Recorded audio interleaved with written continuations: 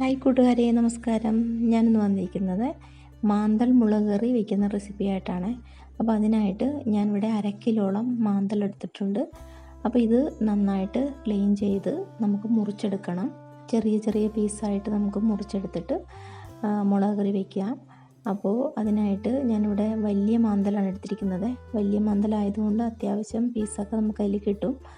അപ്പോൾ അത് നന്നായിട്ട് ക്ലീൻ ചെയ്ത് ഞാൻ മുറിച്ച് ഒരു പാത്രത്തിലേക്ക് വെച്ചിട്ടുണ്ട്. ഇനി നമുക്കതിനൊരു അരപ്പ് തയ്യാറാക്കണം. മുളക് അരപ്പാണ്. അതിന് പെരിഞ്ചീരകം, കുരുമുളക്, ചെറിയ ഉള്ളിയാണ് ജാറിലേക്ക് ഇട്ട് കൊടുത്തിരിക്കുന്നത്. പിന്നെ അതിൻ്റെ കൂടെ 1/4 ടീസ്പൂൺ മഞ്ഞൾപ്പൊടിയും, മുളക് പൊടി 2 ടീസ്പൂൺ എരിവുള്ള മുളക് പൊടിയും, കാശ്മീരി മുളക് പൊടിയും ഞാൻ 1 ടേബിൾ സ്പൂണോളം ഇടുന്നുണ്ട്. പിന്നെ കറിവേപ്പില ഇട്ടിട്ടുണ്ട്. പിന്നെ ആവശ്യത്തിന് അല്പം ഉപ്പും അരപ്പിന് മാത്രം ഇടണേ. പിന്നെ നമുക്ക് കറി കൂട്ടി വയ്ക്കുമ്പോൾ കുറച്ച് ഉപ്പും കൂടി ചേർക്കാനുണ്ട്. അല്പം വെള്ളം ഒഴിച്ച് നമുക്കൊന്ന് അരച്ചെടുക്കാം. അപ്പോൾ അതേ ഞാൻ ക്ലീനാക്കി വെച്ച മാന്തലിൻ്റെ പീസസ് എല്ലാം ഞാനിവിടെ ഒരു ഉരുളിയിലേക്കാണ് വെച്ചിരിക്കുന്നത്. മൺചട്ടിയിലാകുമ്പോൾ അടിക്ക് പിടിക്കാൻ സാധ്യതയുള്ളൊരു മീനാണിത്. അതുകൊണ്ട് ഞാനിത് അലുമിനിയത്തിൻ്റെ ഒരു ഉരുളിയിലാണ് വയ്ക്കുന്നത്. അപ്പോൾ അതിലേക്ക് പച്ചമുളകും, കറിവേപ്പില, കുടംപുളിയാണ് ഇട്ട് വയ്ക്കുന്നത്. മാന്തൽ മുളക് കറി വയ്ക്കാനായിട്ട് കുടംപുളിയാണ് ഏറ്റവും ഉത്തമം. പിന്നെ നമ്മൾ അരച്ച് വെച്ചിരിക്കുന്ന അരപ്പും കൂടെ അതിലേക്ക് ചേർത്ത് കൊടുക്കുന്നുണ്ട്.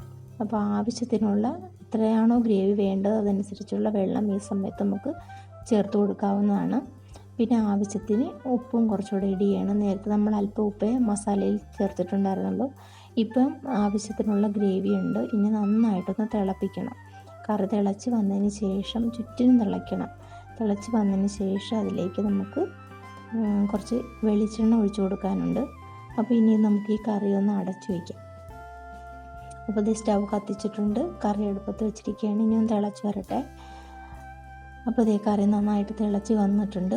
ഇതിലേക്ക് ഞാൻ കുറച്ച് വെളിച്ചെണ്ണ ഒഴിച്ചു കൊടുത്തിട്ടുണ്ട്. തിളച്ചതിന് ശേഷം നമുക്ക് കറി ഒന്ന് ഇതുപോലെ ചുറ്റിച്ചു കൊടുക്കാം. ഒരിക്കലും തവിയിട്ട് ഇളക്കരുത്. മാന്തൽ കറിക്ക് ഒരിക്കലും നമ്മൾ തവിയിട്ട് ഇളക്കാൻ പാടില്ല, പൊടിഞ്ഞു പോകും. അങ്ങനെ ഞാൻ ചുറ്റിച്ച് വെച്ചതാണ്. അതേ തീ കുറച്ച് വെച്ചിട്ടപ്പോൾ ഒന്ന് കറി വറ്റി വന്നിട്ടുണ്ട്. അപ്പോൾ ഇത്രയേ ഉള്ളൂ നമ്മുടെ വ്യത്യസ്തമായ രീതിയിലൊരു മാന്തൽ കറി റെസിപ്പിയാണ് കേട്ടോ. ഈ രീതിയിൽ ചെയ്ത് നോക്കാത്തവരുണ്ടെങ്കിൽ തീർച്ചയായും ട്രൈ ചെയ്ത് നോക്കുക. അപ്പോൾ വീഡിയോ ഇഷ്ടമായി ലൈക്ക് അടിക്കുക മറക്കരുത്.